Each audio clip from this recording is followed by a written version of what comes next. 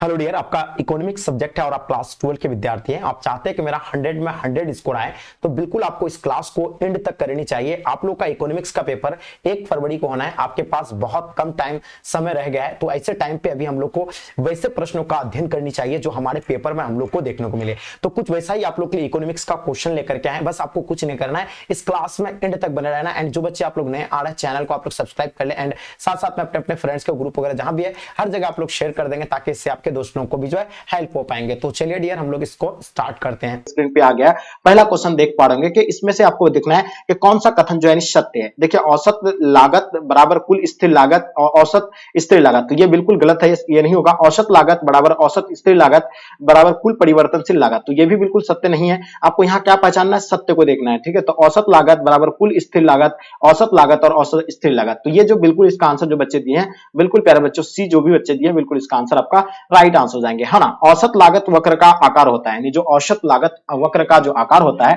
प्यारे बच्चों वो क्या होता है, यू अक्षर जैसा होता है, एक्स समकोणीय मतलब क्या होता है, यानी अति परवल जैसा होता है, नहीं, ये जो होता है यू अक्षर जैसा होता है। बिल्कुल आप लोग इन चीजों को जो प्यारे बच्चों नोट करते चलिएगा। ओके, चलिए आगे देखेंगे हम लोग क्वेश्चन आपके स्क्रीन पे। तीसरा नंबर क्वेश्चन क्या कहलाता है कि उत्पादन संभावना वक्र की अवधारणा से जुड़ी है, यानी उत्पादन संभावना वक्र की अवधारणा जुड़ी हुई है वो किस जुड़ी हुई है। तो हम लोग जानते हैं क्या, सिमुलेशन से यानी जुड़ी हुई है, नहीं, मार्शल से, बिल्कुल इससे भी नहीं होगा। इसका आंसर हो जाएगा हिक्स से, नहीं, ये रॉबिन्स से जुड़ी हुई है और इसका आंसर आपको रॉबिन्स जो बच्चे दिए हैं बिल्कुल सही आया है। वह कौन सा समय है जिसमें जो उत्पादन के सभी साधन परिवर्तित किए जा सकते हैं, तो वो जो होगा कौन सा होगा, तो वो दीर्घकाल हो जाएगा डियर। तो इसका आंसर जो बच्चे दीर्घकाल बता रहा है, बिल्कुल आप सभी बच्चों का आंसर परफेक्ट आंसर हो जाएंगे। ओके, क्वेश्चन देखिएगा आपके स्क्रीन पे 5 नंबर क्वेश्चन। निम्नलिखित में से कौन स्थिर लागतें नहीं है, इनमें से आपको बताना है कौन सा स्थिर लागतें नहीं है। आपके सामने 4 ऑप्शन दिया हुआ है प्यारे बच्चों, जल्दी बताइएगा। तो प्यारे बच्चे पहले बीमे की प्रीमियम दिया हुआ है, ब्याज दिया हुआ है, कच्चे माल की लागत एंड फैक्ट्री की किराया। तो देखिए इसमें जो है स्थिरता नहीं है की बात कर रही है ना, स्थिर लागतें नहीं है इसमें से। तो बीमा की प्रीमियम ये जो लागत है, इसमें ब्याज भी है, लेकिन इसमें से नहीं है की बात अगर किया जाए तो ये कच्चे माल की लागत नहीं हो सकता। इसका आंसर आप लोग का सी राइट आंसर हो जाएंगे। उत्पादन यानी उत्पादन बंद कर देने पर जो है इनमें से कौन सा जो है प्रभाव पड़ता है, यानी उत्पादन बंद करने पर जो है कौन सा प्रभाव पड़ता है। तो डियर हम लोग जानते हैं इसमें जो होगा आपका यानी स्थिर लागत बढ़ जाती है, बिल्कुल नहीं होगा इसका। परिवर्तनशील लागत कम हो जाती है, ये भी नहीं होगा। इसका आंसर परिवर्तनशील लागत शून्य हो जाती है। इसका आंसर आप लोग का सी, बिल्कुल जो बच्चे बता रहे हैं, बिल्कुल आप सभी का आंसर परफेक्ट आंसर हो जाएंगे। क्वेश्चन देखिएगा आपके स्क्रीन पे 7 नंबर क्वेश्चन। देखिए, एकाधिकार की निम्न में जो है कौन सी विशेषता है, बताइएगा। एकाधिकार की निम्न में से जो है कौन सी विशेषता है, आपके सामने 4 ऑप्शन दिया हुआ है। फर्म कीमत की जो है निर्धारक होती है, बिल्कुल। एक विक्रेता किंतु कई विक्रेता होती है। कीमत विभेद की संभावना होती है। इनमें से इससे सभी शर्तें नहीं। तो देखिए हम लोग जानते हैं एकाधिकार की निम्न से कौन सी विशेषताएं हैं, तो फर्म कीमत की जो निर्धारक होती है, और बिल्कुल इसका आंसर आप सभी का ए राइट आंसर हो जाएंगे। क्वेश्चन देखिएगा आपके स्क्रीन पे, एकाधिकार फर्म के जो संतुलन की नहीं है, इसमें से आपको बताना है एकाधिकार फर्म की जो संतुलन की नहीं है, इनमें से कौन सा नहीं होगा। तो इसमें जो होगा औसत आय बराबर सीमांत लागत हो जाएगा, ठीक है। तो इसका आंसर आप लोग का प्यारे बच्चों ए, आप सभी का आंसर बिल्कुल राइट आंसर हो जाएंगे। ओके, क्वेश्चन देखिएगा आपके स्क्रीन पे, क्वेश्चन नंबर 9 देखिएगा। निम्नलिखित में से जो है किसके अनुसार जो है किसी वस्तु की कीमत जो है मांग और पूर्ति की शक्तियां जो द्वारा निर्धारित होती है। तो बताइए इसमें से कौन सा, यानी किसके अनुसार जो है किसी वस्तु की कीमत मांग और पूर्ति की शक्तियों द्वारा जो है निर्धारित होती है, तो वो हो जाएगा मार्शल हो जाएगा डियर। तो जो बच्चे मार्शल बता रहे हैं प्यारे बच्चों, आप सभी का आंसर बिल्कुल राइट आंसर हो जाएंगे। ओके, देखिएगा आपके स्क्रीन पे, एक फार्म का मांग वक्र पूर्ण यानी लोचदार होता है, यानी एक फार्म का मांग वक्र पूर्ण लोचदार होता है। तो इसमें से क्या हो जाएगा, पूर्ण प्रतियोगिता हो जाएगा, बिल्कुल नहीं होगा इसका।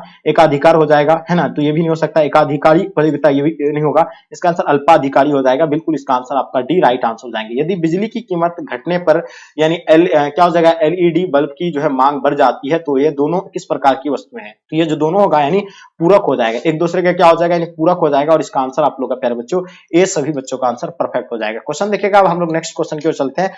यदि किसी संतुलन की स्थिरता से पूर्ति वक्र दाईं ओर शिफ्ट करता है, तो नए संतुलन में मूल्यों एवं मात्रा में क्या परिवर्तन होगा। तो ये याद रखिएगा, मूल्य घटेगा, मात्रा बढ़ेगी, यानी ऑप्शन आप सभी का बी बिल्कुल परफेक्ट हो जाएगा। यानी उपयोगिता का जो है यानी क्या हो जाएगा, गणनावाचक सिद्धांत में से जो है किसने प्रस्तुत किया था। तो याद रखिएगा ये जो होगा यानी मार्शल हो जाएगा। और जो बच्चे आप लोग मार्शल बता रहे हैं मेरे बच्चों, आप सभी का आंसर परफेक्ट हो जाएगा। यदि किसी वस्तु की मूल्य मांग की जो है लोच यानी क्या हो जाएगा, ईपी बराबर 0.5 हो, तो जो वस्तु की मांग सम लोचदार होगा। तो ये बताइएगा कौन सा हो जाएगा, तो ये लोचदार हो जाएगा, बिल्कुल ये राइट आंसर हो जाएंगे प्यारे बच्चों, जो नोट कर लीजिएगा। आगे क्वेश्चन देखेंगे आपके स्क्रीन पे 15 नंबर क्वेश्चन। देखिए, कॉफी के मूल्य में जो वृद्धि होने से चाय की जो मांग क्या होता है, यानी कॉफी के मूल्य में अगर वृद्धि हो रही तो जो है इसमें चाय की जो मांग होगा वो बढ़ती है, क्या होती है इसमें बढ़ जाती है, और इसका आंसर आप लोग का बिल्कुल प्यारे बच्चों राइट आंसर हो जाएंगे। ओके चलिए आगे देखिएगा आपके स्क्रीन पे उपयोगिता का कर्मवाचक सिद्धांत किसने प्रस्तुत किया था, जल्दी बताइए। मार्शल के द्वारा, पिगो द्वारा, हिक्स तथा एलन के द्वारा, रिकॉर्ड के द्वारा। तो बताइएगा इसका आंसर आप लोग का क्या हो जाएगा मेरे डियर। तो हम लोग जानते हैं हिक्स तथा एलन हो जाएगा, और इसका आंसर आप लोग का सी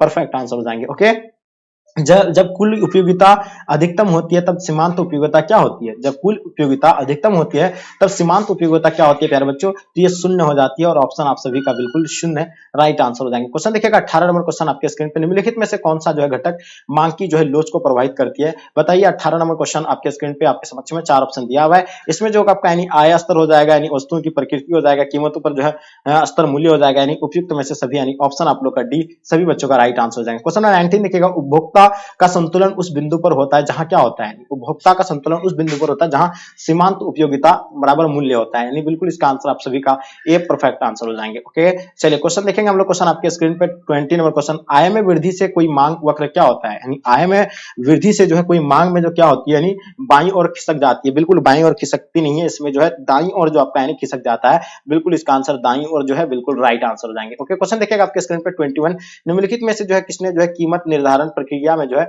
समय तत्व का विचार जो है प्रस्तुत किया है, तो बताइएगा डियर इसका आंसर आप लोग का क्या हो जाएगा। तो देखिए हम लोग जानते हैं इसमें जो आंसर होगा यानी मार्शल हो जाएगा, बिल्कुल जो बच्चे मार्शल बता रहे हैं प्यारे बच्चों आप सभी का आंसर बिल्कुल राइट आंसर हो जाएंगे। ओके चलिए क्वेश्चन देखिएगा आपके स्क्रीन पे, एक पूर्ण प्रतियोगिता प्रयोगिकी फॉर्म को निम्नलिखित में से समान करना पड़ता है, ये बताइएगा इसमें आंसर क्या हो जाएगा। तो स्थिर कीमत हो जाएगा, एंड स्थिर और औसत आगम हो जाएगा, स्थिर सीमांत आगम हो जाएगा, तो ये बिल्कुल इसका आंसर आपका उपयुक्त में से सभी डी जो है ना राइट आंसर हो जाएंगे। बाजार शब्द का सही अर्थ बता क्या होगा, यानी बाजार शब्द का जो सही अर्थ होता है प्यारे बच्चों उनका आंसर आप लोग को कमेंट करके बताना है, ठीक है। चलिए नेक्स्ट क्वेश्चन की ओर चलते हैं। नहीं इसका जो होगा आपका यानी क्रय विक्रय स्थल, ये भी नहीं होगा इसमें, है ना। बाजार शब्द का सही अर्थ ये नहीं होगा, ग्रामीण हाट बाजार भी नहीं होगा, सुपर बाजार भी नहीं होगा।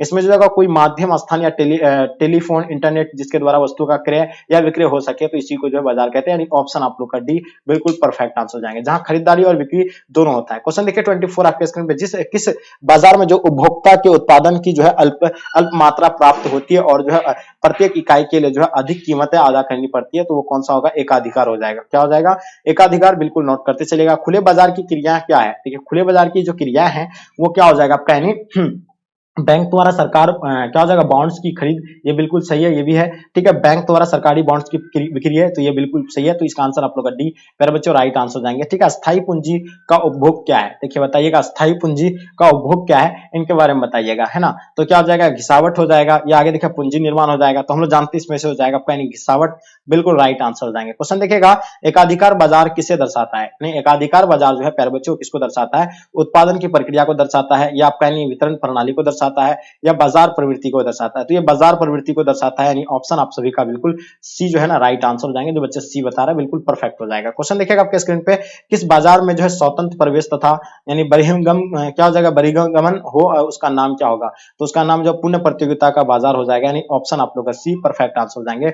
पूर्ण प्रतियोगिता में क्या स्थिरता रहता है ना, बताइए पूर्ण प्रतियोगिता में जो है क्या स्थिरता रहता है, तो ए आर तथा एम आर रहता है, और इसका आंसर आप लोग का बिल्कुल सी जो है परफेक्ट आंसर हो जाएंगे। ओके क्वेश्चन देखिएगा, संतुलन कीमत के जो है निर्धारक घटक निम्नलिखित में से कौन से हैं, बताइए। 30 नंबर क्वेश्चन का आपको बताना है, जल्दी बताइएगा। तो वह संतुलन कीमत के निर्धारक घटक निम्नलिखित में से कौन से हैं, तो इसमें जो होगा प्यारे बच्चों वो ए वस्तु हो जाएगा, और क्या हो जाएगा जी वस्तु की पूर्ति हो जाएगा यानी वस्तु की मांग, तो ये दोनों हो जाएगा, यानी ऑप्शन सी बिल्कुल परफेक्ट आंसर हो जाएंगे। क्वेश्चन देखिएगा, मशीन पूंजी स्टॉक में वृद्धि नई मशीन के प्रवाह को क्या कहते हैं प्यारे बच्चों, जल्दी बताइए। तो इसका अगर आंसर की बात किया जाए तो इसका सकल निवेश हो जाएगा, जो बच्चे सकल निवेश बता रहे बिल्कुल सही है। भारतीय रिजर्व बैंक की स्थापना किस वर्ष हुई थी, तो हम लोग जानते हैं भारतीय रिजर्व बैंक की स्थापना 1935 को हुआ था, ये आप सभी बच्चों का आंसर जो है बिल्कुल प्यारे बच्चों सी सभी का आंसर परफेक्ट आंसर हो जाएंगे। बाजार के किस अवस्था में जो मूल्य विभेद पाया जाता है, तो वो जो होगा आपका यानी आंसर क्या हो जाएगा, एकाधिकार हो जाएगा। क्या हो जाएगा जी, एकाधिकार, यानी ऑप्शन आप लोग का बी राइट आंसर हो जाएगा। भारतीय रिजर्व बैंक का राष्ट्रीयकरण कब हुआ था, इनके बारे में बताइएगा। तो हम लोग जानते हैं भारतीय रिजर्व बैंक का जो राष्ट्रीयकरण की अगर बात किया जाए तो ये 1949 को इसका राष्ट्रीयकरण किया गया था, ऑप्शन आप लोग का डी